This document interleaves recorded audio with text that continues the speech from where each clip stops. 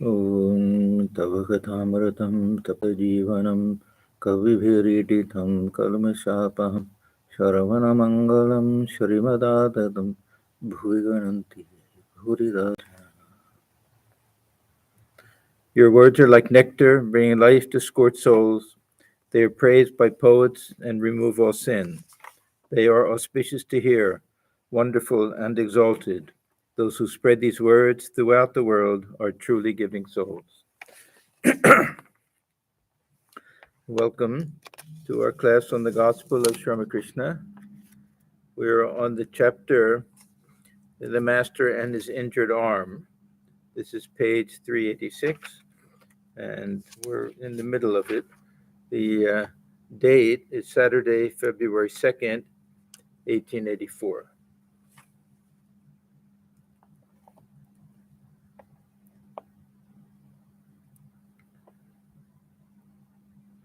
At 5 o'clock in the afternoon, Dr. Madhusudan arrived.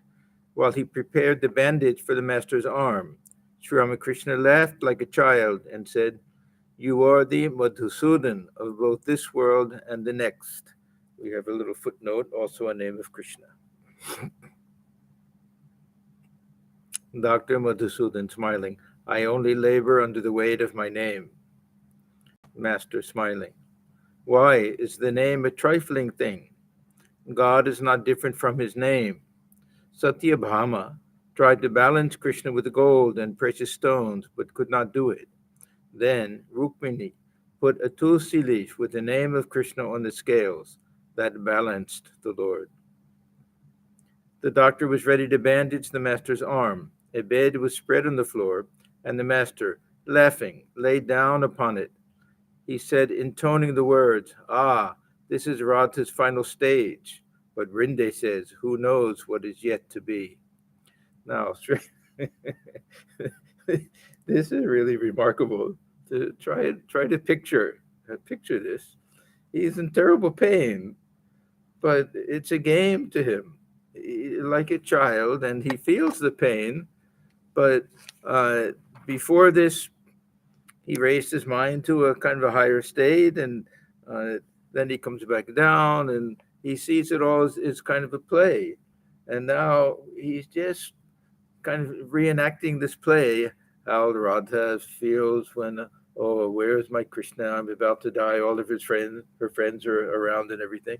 So it just kind of reenacting that. The devotees were sitting around the master. He sang. You can imagine. There's a very bad break of the arm. They didn't have a cast. They didn't have pain medication. They wrapped it tightly, a very painful type of thing. And he's indifferent to all of it. The gopis all were gathered about the shore of the lake. Sri Ramakrishna laughed, and the devotees laughed with him. After his arm was bandaged, he said, "I haven't very much faith in your Calcutta physicians." When Shambhu, the Shambhu Malik, became delirious, and Dr. Sarvadhikari said, "Oh, it is nothing. It is just grogginess from the medicine." And a little while after, Shambhu breathed his last. Sri Ramakrishna actually had a lot of faith in doctors. Yeah, far more than most of the others who came to him. He used to say, "I look upon the doctor as Narayan himself." So he would follow very carefully what the doctor said. Then he would say, "Call this doctor and that doctor." So he kind of liked having the doctors around him. It's a curious thing because he was like a child. He would get into that mood of a child, a little attention and everything. Doctors there, and the devotees around. It was a little play for him, you could say. It was evening, and the worship in the temples was over. A few minutes later, Adhar arrived from Calcutta to see the master. Mahimacharan, Rakal, and M were in the room. Now, we've gone through all of these characters. I'll just remind everybody about this Adhar, because I would say that Adhar belonged to the inner circle. I would say he was an antaranga. Of course, we have no way of knowing exactly who's inner circle, who's outer circle, or anything. We don't think of him quite as much because he died so young. And he came to Sri Ramakrishna a little bit late. he and M were practically the same age, and practically came at the same time. He was probably, I think, 28. 28. He was born in 55, 1855, and M was also around 28 when he came. So more or less the same. When was M born? 1855, maybe the same. Yeah, yeah. And they both came, maybe Adhar came a year later.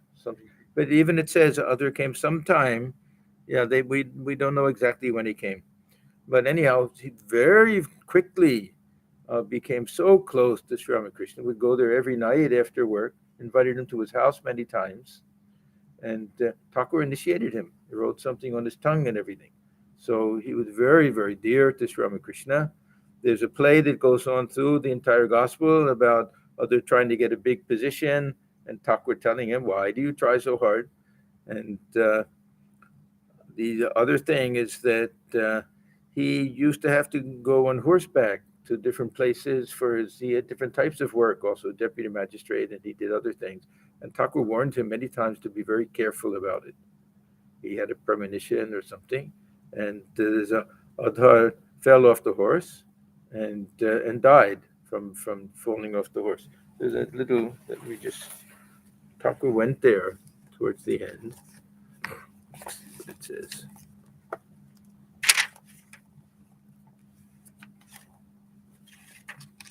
Oh, and he was the one who introduced Bankim Chandra. That took place in his house when Bankim Chandra met Sri Ramakrishna, introduced the two of them together. Yeah, for his government work. And let's see, yeah, he had to go on horseback, and Sri Ramakrishna many times warned him about this.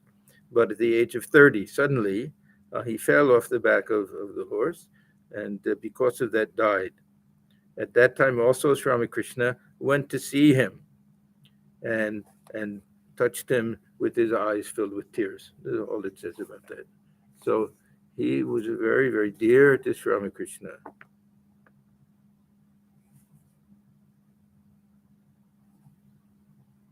He wrote some books of poetry and other things also.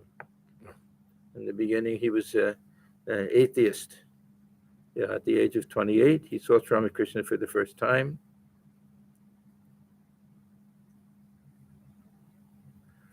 Thakur wrote the Ishta mantra on his tongue and stroked his chest and head in a state of ecstasy. So he was really blessed by Sri Ramakrishna. And Thakur, how many times he went to his house. Thakur looked upon Adhar as Narayan. Practically every day, after very hard work, at the end of the day, he would go to Dakshineshwar to make pranam to Sri Ramakrishna. So he was very dear, very wonderful devotee. We don't know that much, as I say, because he passed away so young.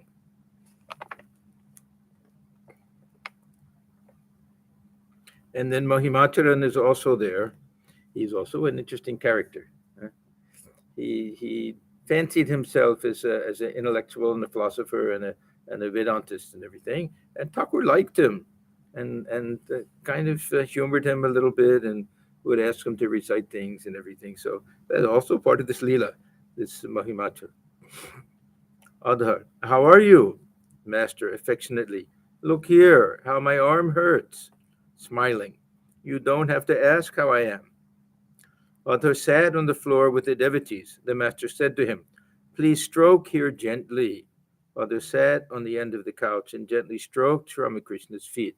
This is another indication of the love that Thakur had for him. Letting him render that type of service was really a great blessing.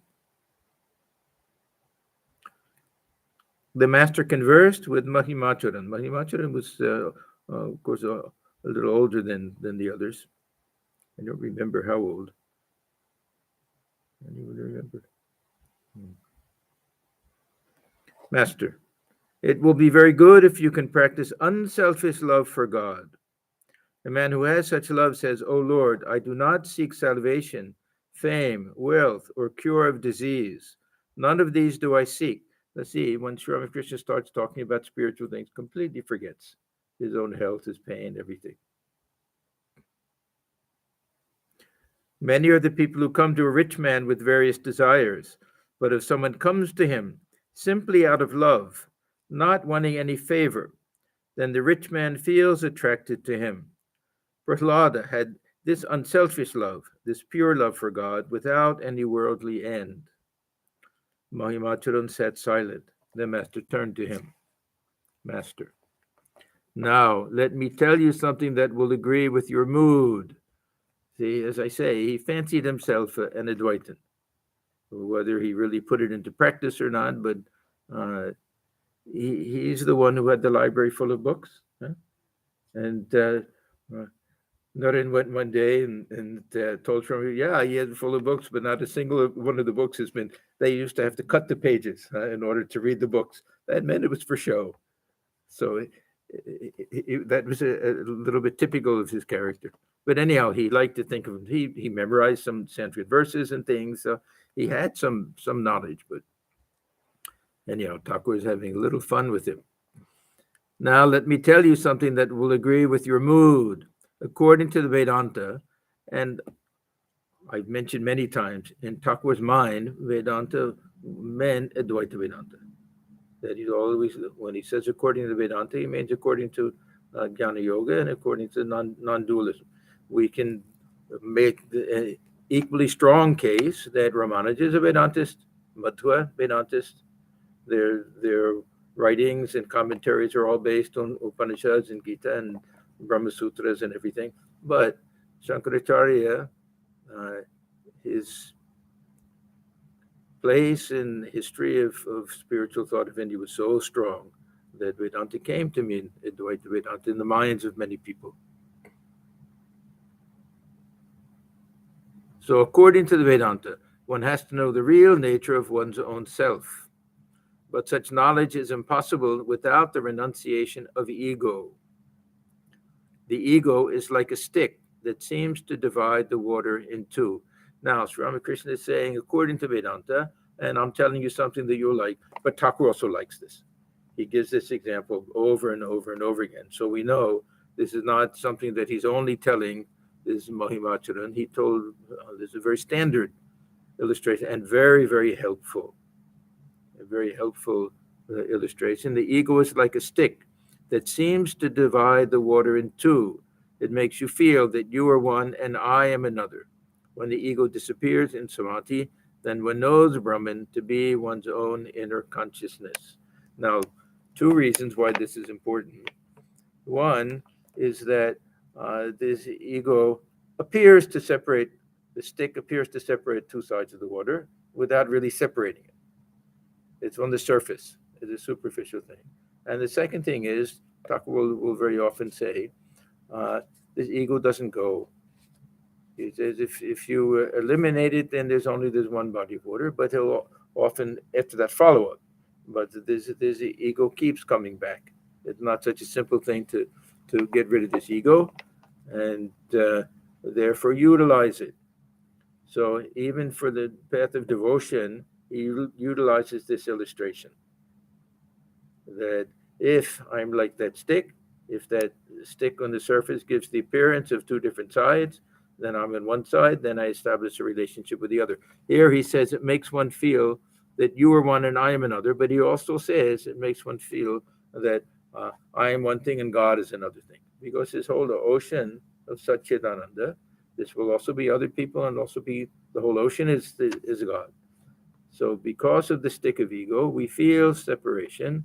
Because of that, we establish a relationship. If we follow the path of Bhakti Yoga, we try to eliminate it through reasoning if we follow the path of Jnana Yoga. But Thakur says, Gita says, almost everybody says, that's the more difficult thing to do, because the natural tendency of the mind is for it to fall back into that sense of ego, I-ness, ego consciousness. One must renounce the I that makes one feel I am Mahima Chakravarti, I am a learned man, and so on. Now, when Thakur says renounce the I that makes one feel, Thakur distinguishes between different types of ego, ripe ego, unripe ego, the ego of devotion, the ego of knowledge, all different things, because ego simply means how we look upon ourselves. So this is another way of saying we have to renounce at least that very thick rajasic, tamasic ego that filled with pride and arrogance and desires and longing for power and enjoyment and everything. That we have to all renounce. We can hold on to that ego that looks upon itself as a child of God, servant of God. But here he's specifically saying that ego that makes us feel I'm a learned person and so on. But the ego of knowledge does not injure one. So Thakur generally talked about two different types of egos, the ego of knowledge and the ego of devotion. The ego of knowledge, if I say so hum, I am he, that I is there also. That ego sense of the ego is there, but it's identified with the infinite absolute reality. If I say dasoham, I am a servant, then there's an I is identified with my personality, a little bit with my individuality, but in that relationship, that master-servant type of relationship. And he says even after God realization, the state of vijnana, that one again lives with the help of that ego, either devotional ego or the ego of knowledge. And he always mentions Shankaracharya, this ego of knowledge. Shankaracharya will be that standard for him. The ego of devotion can be so many different ideas. Chaitanya Deva, others. But the ego of knowledge does not injure one. Shankaracharya retained the ego of knowledge in order to teach mankind. So this, what we call this ripe ego, it's something that we adopt and we utilize and cultivate and try to identify with to help us in our spiritual life to reach the ultimate goal. And after that, it's something that we utilize again to keep the mind on a lower level so we can live in the world. So that we also utilize the concept of the ripe ego, even though we don't have a ripe ego. That means that really deep down, my sense of identification is with this body. And if you really press me with how good I am and smart I am and intelligent, all these different things, if you really press. But I'm trying to fight that, and I'm trying to tell myself, think of yourself as a child of God. Don't think of yourself as an individual who's either better or worse than everybody else. So for us, it's an effort. This is sadhana.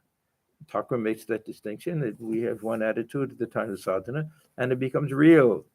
After God realization, we realize the truth of it. So that ripe ego becomes a permanently transformed ego after God realization. For us, it's an attempt. And we take the help of that type of ego. This is what he means by this vidyamaya, the help of that in order to progress in spiritual life. So he says, Shankaracharya retained the ego of knowledge. That'll be the vijnana state after realization in order to do what he did, how active he was in the world, starting the different monastic traditions and the temple worship and writing all the commentaries and poetry and everything. One cannot obtain the knowledge of Brahman unless one is extremely cautious about women. Now, I always avoid this stuff. Whenever we get to the kamini-kanchan, I was told once by Swami Swananandaji that whenever reading the gospel or anything else in company of devotees, don't say woman in gold, say lust in gold. So I always do that. So there are a few places where it's really hard to avoid. So I thought, even though I don't like to do it, I would address the issue a little bit. What Thakur meant by kamini-kanchan. First of all, the word kamini, I shouldn't say first of all, let me say that we all feel that is very unfair to women devotees when they read this. Always, to me, it hurts me to think that they will take it in the wrong way. And I always wonder how many read the gospel for the first time and think, what is he talking about? Women, and then don't read it again, give it up. It's a very, very unfortunate thing. I would have preferred that translation had been a little bit different, but this is the literal meaning. Now, kamini, we have the word kami, which means someone who has lust, a lustful person. Kamini, grammatically, should be a woman who is a lustful woman, but it doesn't mean that. If you look it up in the dictionary, it'll be more an attractive woman for whom a man may have lust. Now, I don't know grammatically, I don't know why it's like that, but this is the way it is. And we find this word kamini is common in many songs referring to the Divine Mother. And I remember Girish Ghosh, I think it's second wife, when he remarried, her name was Kailash Kamini. Generally, it's connected with Kali or Durga. We have that song, "Who was that woman yonder in the field of battle," and everything. So there's Kamini. It's not a derogatory term. This is the first thing that we should understand, that it's not a derogatory term, and that the whole concept is that those, especially those who want to lead a life of renunciation, a monastic life, that this is a very natural tendency in the human mind, working both ways. But Thakur's talking to men. This is the problem. When he's talking to women, we'll get it from the other side. Holy Mother spoke about it from the other side, but we only hear it from when he's talking to men. So it's always in these terms. But his point is that if there's any chance of attachment at the early stages, then you avoid the company or the presence of that which can attract the mind. And in most monastic traditions, they're a little bit much stronger than we are, actually. I was having a conversation today about the Swami Narayan tradition. The monks the Swamis of their order, will never set eyes on a woman devotee. They may stay in their house. They'll be invited to their house to live there. The wife or daughter will cook all of the food and leave it for them and have to leave when they came, so that they'll never have to look at them. So, Also in Mount Athos. Mount Athos. There are many places, yeah. And the real monastic traditions in Christianity, they'll also be very strong on that. And it's all because of the human tendency. The traditions that weren't very strong, say Buddhist tradition, that at one point, the monasteries and convents and men and women, they became almost joined together or close enough that the little degeneration took place. Buddha also was very opposed to it. He was very opposed to it. And many of the others, as soon as they saw this happening, they said it's a big red flag. No, Buddha himself said, Mm. today, The beginning of the end, almost. Yeah. So the problem is that if it's the real issue is the lustful nature of men, and the women suffer for it. If this is what happens, that the men shouldn't see the face of a woman, therefore they should veil themselves, or they should stay. Then the women are suffering because of the shortcoming of men. It's completely unfair. It makes more sense if men are like that. Let the men blindfold themselves. Yeah. But this is what's happened throughout history, that in many different traditions. Look at Catholic nuns also. They'll have the same. They won't show their hair. They'll cover their hair. Sometimes wear veils in different traditions, even before marriage. The bride has to wear a veil and everything. So Thakur is just explaining that this tendency of the human mind is such that even for those who don't have these very strong tendencies, that he says even for a lustful man, the presence of a young woman can bring out this lust. And the thing is, it's not that these are tempting women or anything like that. We've seen that many, many times in our monastic order that, not many times, but it's not that uncommon, that a monk and a woman devotee, or a monk and a nun even, in some of our Western centers, they'll end up working side by side, and they'll be the ones who fall in love with each other. So the temptation for the side of someone who takes the spiritual life will be more for a spiritual person. So not just a physical thing. And there'll be some who is not for physical enjoyment, but they realize deep down they have a desire for family life and children. So Thakur says that those who really want to lead this a spiritual life, especially on the path of knowledge, because there we have to completely get rid of this ego, which identifies itself with the physical body. That it's important to be removed from society a little bit, to not keep the presence of the opposite sex, we can put it that way, because Holy Mother says the same thing for women. Holy Mother is very strong, especially with child widows, because they're always living in society, and men take advantage of them and everything.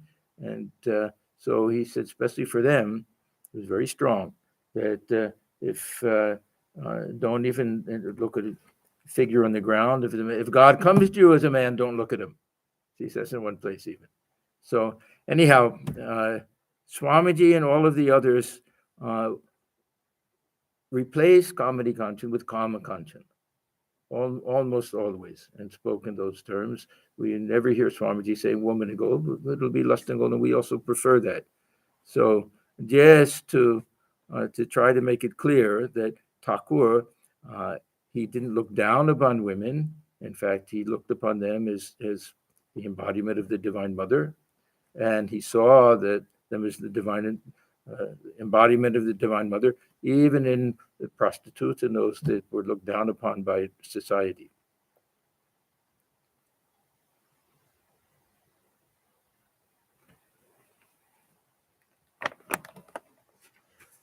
So let's get back to this. One cannot obtain the knowledge of Brahman unless one is extremely cautious about women. Now, the other thing is, of course, we know that there are cases where the attraction is between a man and a woman and a woman. It'll be the same thing. The same thing. Whatever it is that draws the mind towards the world should be avoided in the early stages, especially because he has this idea of hedging everything around, protecting ourselves till we become strong.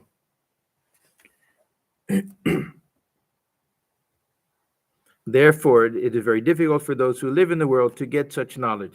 This we go all the way back to Bhagavad Gita and everything. We know that this path of knowledge was not recommended for those who lived in the world, and almost exclusively for the sannyasi. That was a very traditional thing. Those who strictly followed the path of knowledge. We follow a mixture of everything. But that was because at the very outset, one has to identify wholly with this infinite absolute reality and not this physical body. So it's a very difficult path. However clever you may be, you will stain your body if you live in a sooty room. The company of a young woman evokes lust even in a lustless man. But it is not so harmful for a householder who follows the path of knowledge to enjoy conjugal happiness with his own wife now and then. Now, sometimes we hear Thakur saying, after the birth of one or two children, live like brother and sister. And then many of, again, I shudder a little bit, our householder devotees, then they think, well, we have to give up married life and everything. We have to look at all the things that Thakur says. And not just they'll say one thing one time, but this is very important, that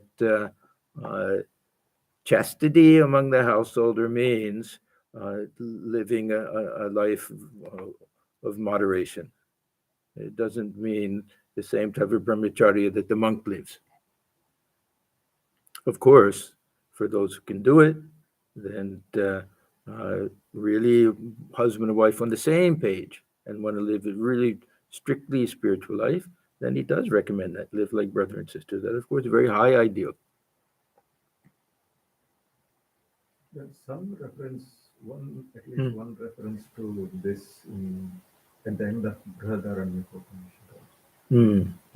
If it is solely for the sake of progeny, then it is as good as brahmacharya.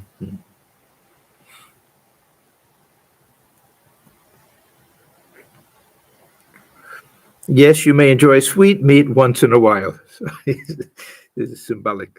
Mahimacharan laughs. It is not so harmful for a householder, but it is extremely harmful for a sannyasi. He must not look even at the portrait of a woman.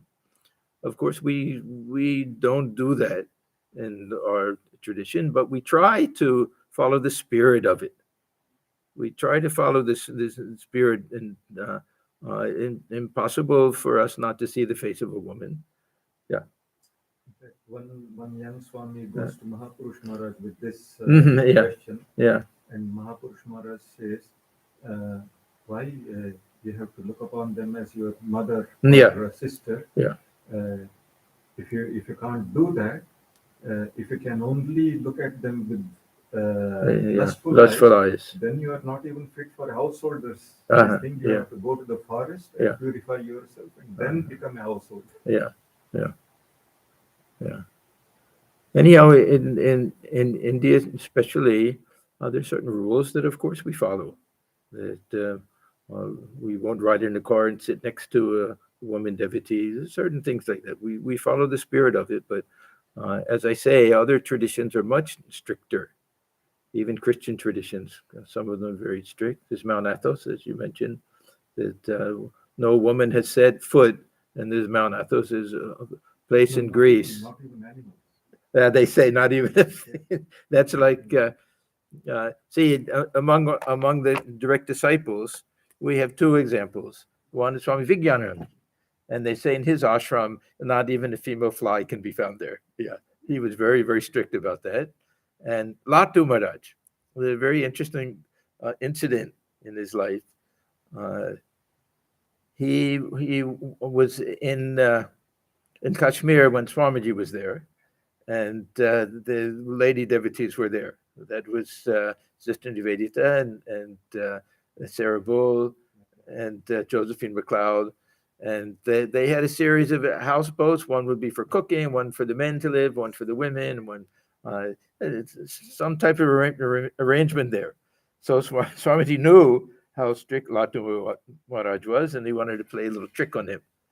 So somehow, I don't remember all the details, somehow he had the women stay in one place and told Latu Maharaj, without his knowledge, that you go there. Would you remember the details? He told the boatman's daughter. Oh, the boatman's daughter. Oh, anyhow, as soon as he saw it, he jumped overboard. So, but he, whatever Thakur said, he took literally. That was the specialty of Latu Maharaj. Otherwise, how lovingly all the Swamis treated the women devotees, and really tried to look upon them as mother. This is the other tradition. You'll find a very nice thing. There's very elderly monks going up to a small girl and with folded hands, addressing her as mother. That's a very nice idea.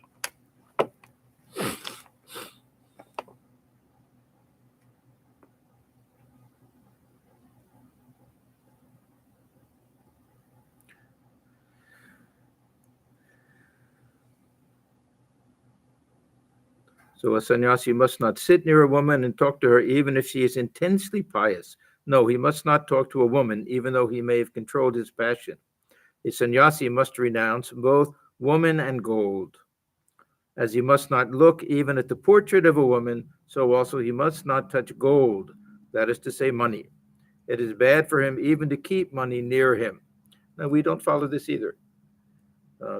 But the spirit of it, this means that we shouldn't feel that we own anything. We utilize money because it's necessary to do the work that we do and everything.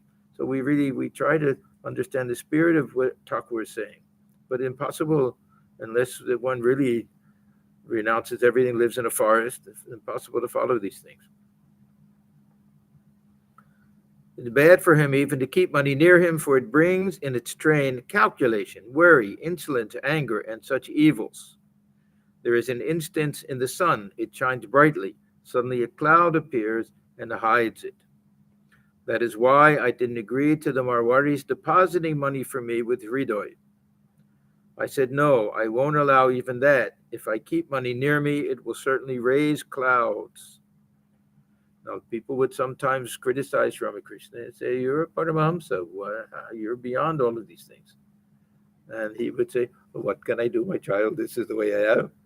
But deep down, he would say, I have to set an very strong example for others, that whatever I do, if there's a little bit lapse, they'll do it 10 times worse than me. If I answer the call of nature standing up, they'll do it from the branch of a tree.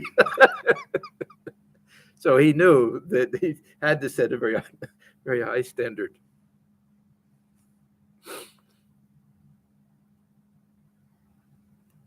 Why all these strict rules for a sannyasi? It is for the welfare of mankind as well as for his own good. A sannyasi may himself lead an unattached life and may have controlled his passion, but he must renounce woman in gold to set an example to the world.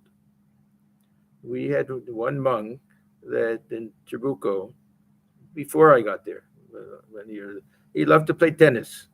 So he asked permission to play tennis. Grudgingly, they gave him permission. And then there was one woman devotee. Could he play tennis with her? Everybody thought not a very good idea, but somehow he ended up doing it. Ended up leaving the monastery. Yeah. So Thakur knew what he was talking about. It's not that there's no truth behind it, but to practice these things literally 100% in today's world is very, very difficult. A man will have the courage to practice renunciation if he sees 100% renunciation in a sannyasi. So Thakur also always felt that the sannyasi had to set an example. I remember a statement that Swami Swamiji once made, that one of our monks stopped coming to the shrine. So the Swami said, I see you don't go to the shrine anymore. He said, I meditate in my room. And he said, Thakur said, I want you to meditate in secret within the mosquito net. And Swami Swamiji said, look, that if people don't see you in the shrine, they'll think there's no need to go in the shrine. He said that sadhu life is a public life. I always remember that. We always think it's a private life. Sadhu life is an interior life. This is a public life that the sadhu sannyasi has to set an example.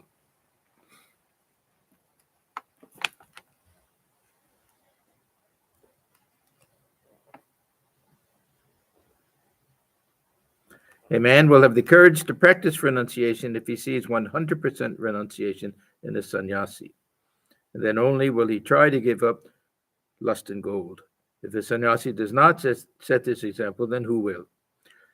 One may lead a householder's life after realizing God. Now, this is another very important thing, because sometimes we think that forget about leading a householder life. Can we even come back to the world after God realization? Does God realization mean we go into samadhi and that's the end of everything? Sometimes we get that impression that who is it can have the highest realization and live in the world. So now he's saying that not just the sannyasi householder can also have that highest realization and live in the world. So again, we have to look at all of the statements that Thakur makes. Otherwise, we jump to conclusions, and it seems like there's really no hope for us. We want God realization, then we'll be gone in 21 days. So these things are very important. That one may lead a householder's life after realizing God. It is like churning butter from milk and then keeping the butter in water. Janaka led the life of a householder after attaining Brahmajnana. Janaka fenced with two swords, the one of jnana and the other of karma. The sannyasi renounces action, therefore he fences with one sword only, that of knowledge. Now this is, of course, the traditional sannyasi. And renouncing action for the traditional sannyasi was more ritual, renouncing all types of ritual. And those the early days, yajna, all the things that were necessary, incumbent for the householder, The sannyasi didn't have to do any of those things. The type of karma that we do as monks of the order is of a different nature. This isn't really, we don't practice karma yoga. This is a type of worship. We try to do service as worship of God, service to all living beings. From the outside, it looks like karma. We're serving in a hospital, we're teaching in the school the way anybody else does, but the attitude should be different. So this again, traditional sannyasi won't have any obligations or any duties to perform. They're free from all of those things. A householder endowed with knowledge, like Janaka, can enjoy fruit both from the tree and from the ground. That means spiritual and also take some joy from the world. Like Thakur would say, hold on the world with one hand, hold on to God with the other hand, something like that. He can serve holy men, entertain guests, and do other things like that. I said to the Divine Mother, "Oh, Mother, I don't want to be a dry sadhu." So now, after praising the sannyasa and free from all of these things, he said, I don't really want to be exactly like that. Let me enjoy the company of the devotees. Let me enjoy the world, see God in everything and everywhere. So his attitude was a little different. Remember, this all goes back to Mahimacharan. Let me tell you something that will agree with your attitude.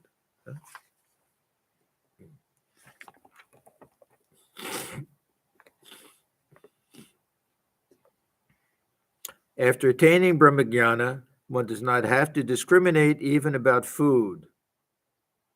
The rishis of olden times, endowed with the knowledge of Brahman and having experienced divine bliss, ate everything, even pork.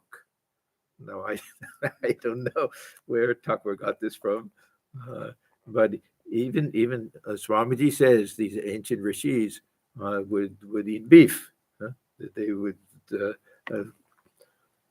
cook a whole cow or a steer or something, and have this. So anyhow, these things were very much cultural things.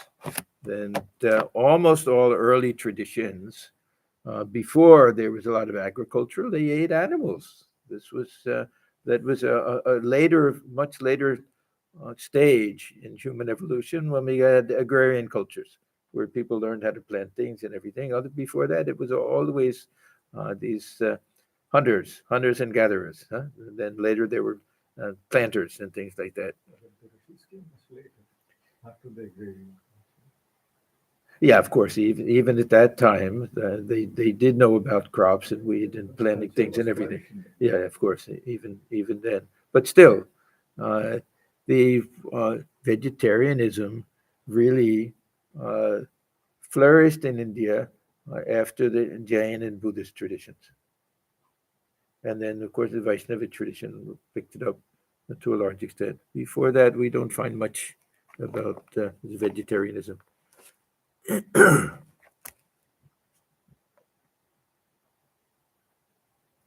Mahima. Generally speaking, there are two kinds of yoga, karma yoga and mano yoga, mental yoga. That is to say, union with God through work and through the mind. Yeah, sometimes we'll say there's a path of knowledge and the path of devotion. Sometimes we'll break it down this other way, the path of action and the path of knowledge. There are different ways of looking at it. We know we also have our four yogas, of course. There are four stages of life: brahmacharya, garhasthya, vanaprastha, and sannyasa. During the first three stages, a man has to perform his worldly duties. The sannyasi carries only his staff, water pot, and begging bowl. He too may perform certain nitya karma, but his mind is not attached to it. He is not conscious of doing such work. Now, the nitya karma, this is a whole class of actions that they're not based on any desire for anything. They don't bring any special merit. We don't get anything positive out of it. But if we don't do it, we incur some type of sin. So it's not something that has to be done with longing for the fruits. Say if we follow things like serving a guest who will come to us. We don't get any merit for that. If we don't do it, we'll get some demerit. This is a nitya karma. So the sannyasis also can do all of these things. They're not sakama karma. They're not without any special desire, but they don't have to. They're beyond all of these rules and regulations. They don't have to.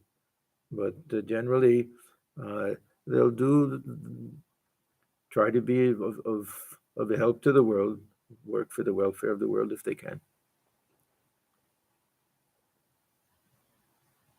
Some sannyasis perform nitya karma to set an example to the world. If a householder or man belonging to the other stages of life performs action without attachment, then he is united with God through such action.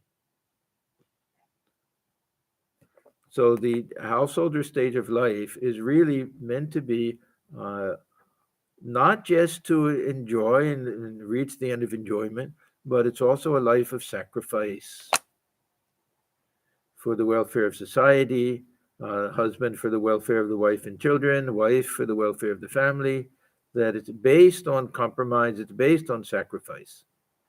And this is how one learns to give up selfishness through the householder stage of life. Those who don't go through it, we assume have already learned these lessons, previous life, or just good sometimes, we don't know.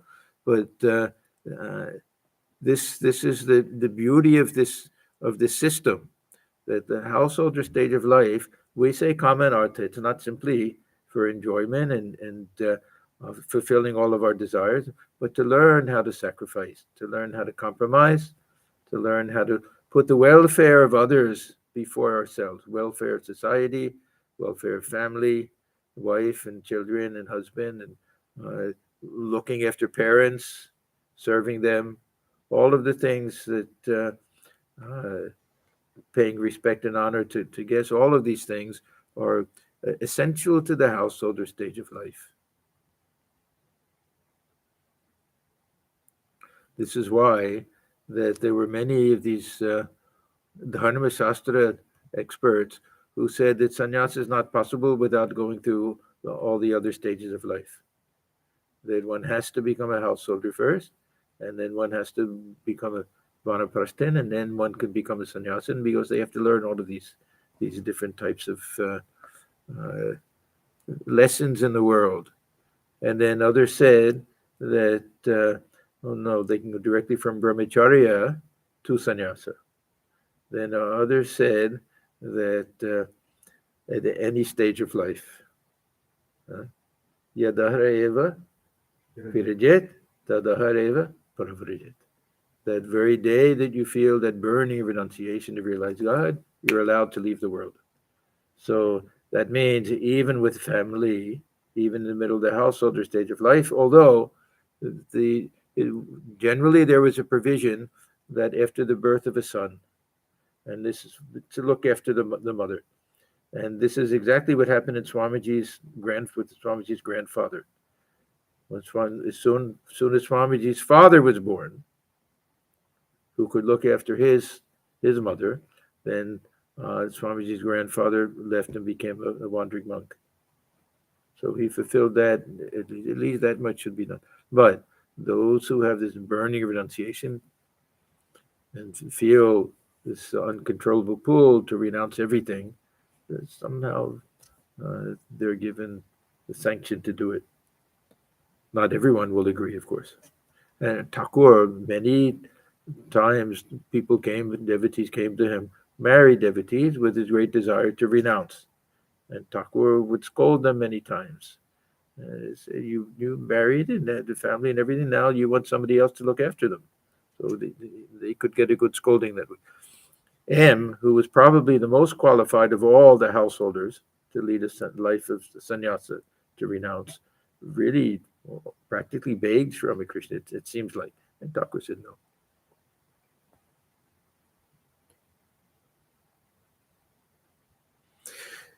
In the case of a Paramahamsa like Shukadeva, all karmas, all puja, japa, tarpan, sandhya, and so forth drop away. In this state, a man communes with God through the mind alone. There was another incident in the life of Sri Ramakrishna after his mother passed away. He wanted to do tarpan. Tarpan, you have to offer some water for the welfare of the deceased. And he tried many times, but the fingers would open up and the water would flow through, so that he wasn't able to do it. And he couldn't figure out why. So he asked, I don't remember who, somebody. And they said, no, this is called Galita Hasta. Those who have attained the state, who've gone beyond this worldly state, who've been taken the vows of sannyasa, are not allowed to do it. Automatically, the body won't allow it to happen. So the water would just escape through the fingers before it could be offered. How these things happen in Thakur's life, even when he didn't know it, if he knew these things, then we can understand it. Something that he wasn't even aware of how it happened in such a literal way is really a remarkable thing, amazing. His actions validate the scriptures. His actions validate the scriptures. Yeah, it's true. One thing to read about it and know about it and have in the back of your mind and psychologically, your little question, but without even knowing about it. So this, the idea that after God realization or after renunciation, that one has no ritualistic duty anymore. That this was something we see, this tangible example of this in Thakur's life.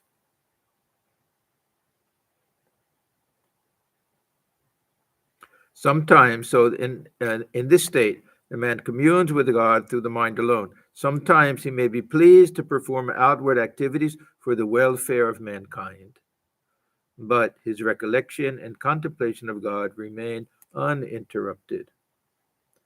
Yeah, we look at these the greatest sannyasis, Buddha and Christ, Chaitanya Deva, Sri Ramakrishna Swamiji, all of them, they all did things for the welfare of, because their heart was so pure and full of compassion for others. The whole life was dedicated to the welfare of others. All of this is because triggered by the presence of Mahimacharan, and knowing that this kind of would appeal to him, but at the same time go way beyond what he's thinking, I'm sure, because half of it is telling him, you're really not fit to be a Gandhi, to follow this path. So both sides are there. But he does it in such a subtle, soft way that I'm sure Mahimacharan doesn't feel like he's being told, you're not qualified for any of this. Whether he understood any of it or not, we don't know. He's a very proud person.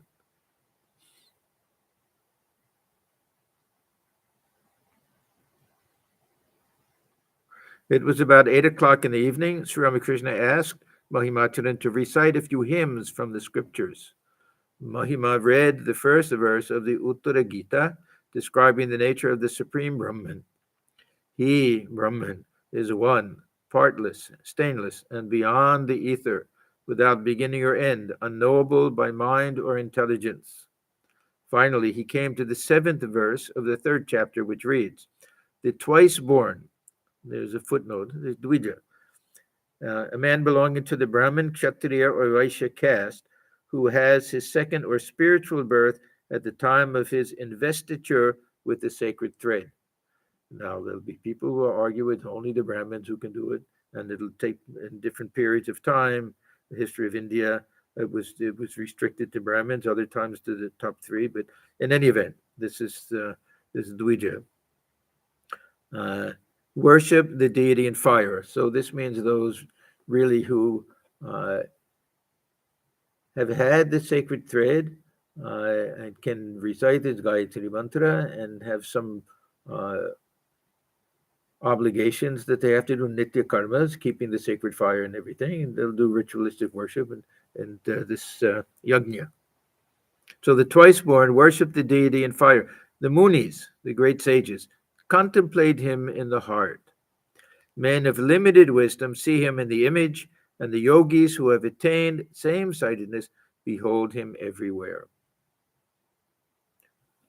No sooner did the master hear the words, the yogis who have attained same-sightedness, than he stood up and went into samadhi, his arms supported by the splint and bandage.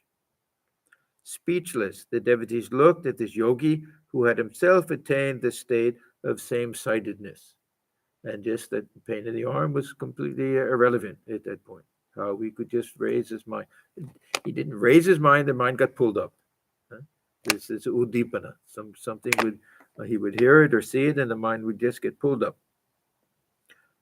After a long time, the master regained consciousness of the outer world and took his seat. He asked Mahima to recite verses describing the love of God. The latter recited from the Narada Pancharatra. What need is there of penance if God is worshipped with love? What is the use of penance if God is not worshipped with love? What need is there of penance if God is seen within and without?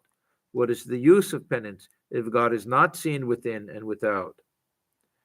O Brahman, O my child, cease from practicing further penances. Hasten to Shankara, the ocean of heavenly wisdom.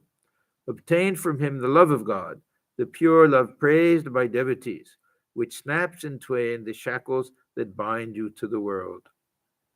He used to recite this for Sri Ramakrishna. Thakur liked this very much. But if I remember correctly, there was some reference to this once, and he was saying, yeah, I don't really like these things. This is too devotional. That he was really thought of himself as a real jnani. I recite these because Thakur asked me. So do you remember? Sounds something. Huh? I think maybe when Naren went to his house one day, maybe it was on that occasion. Master, when hearing these verses, the master was about to go again into an ecstatic mood, but he restrained himself with effort. Mahima read from the Yati Panchaka. I am she, the Divine Mother. Now, this is not the standard mood that the devotee has, but this is also one of the traditions.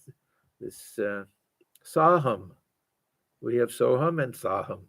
I am she. So some Shaktas will practice that. This wasn't Thakur's attitude, of course, we know, that generally they like that relationship with the mother. But this is also something we find. I am she, the Divine Mother, in whom the illusion of the universe of animate and inanimate things is seen as in magic, and in whom the universe shines, being the play of her mind. I am she, the embodiment of consciousness, who is the self of the universe, the only existence, knowledge, and bliss. So this is the Advaita seen through the lens of the mother worship. This feeling of oneness with the divine. When the master heard the line, I am she, the embodiment of consciousness, he said with a smile, whatever is in the microcosm is also in the macrocosm. Now, this sounds like a little bit of a mystical type of statement, huh? That what is he getting at exactly here? But if I feel myself to be a self within this body, then the same thing will be with this whole universe, and that self within this whole universe will be the same as the individual self within me. This type of idea, that same relationship will be there.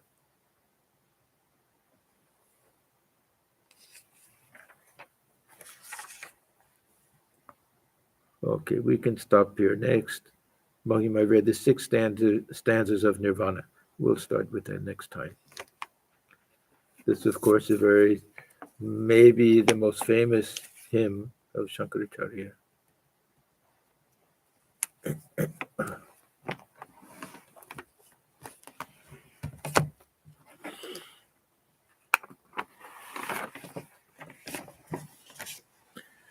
Om Niranjanam Nityamanantarupam Bhaktanukam Bhatudha Vikramvai Ishavataram Parameshamidya Tam Ramakrishnam Shirisanamam.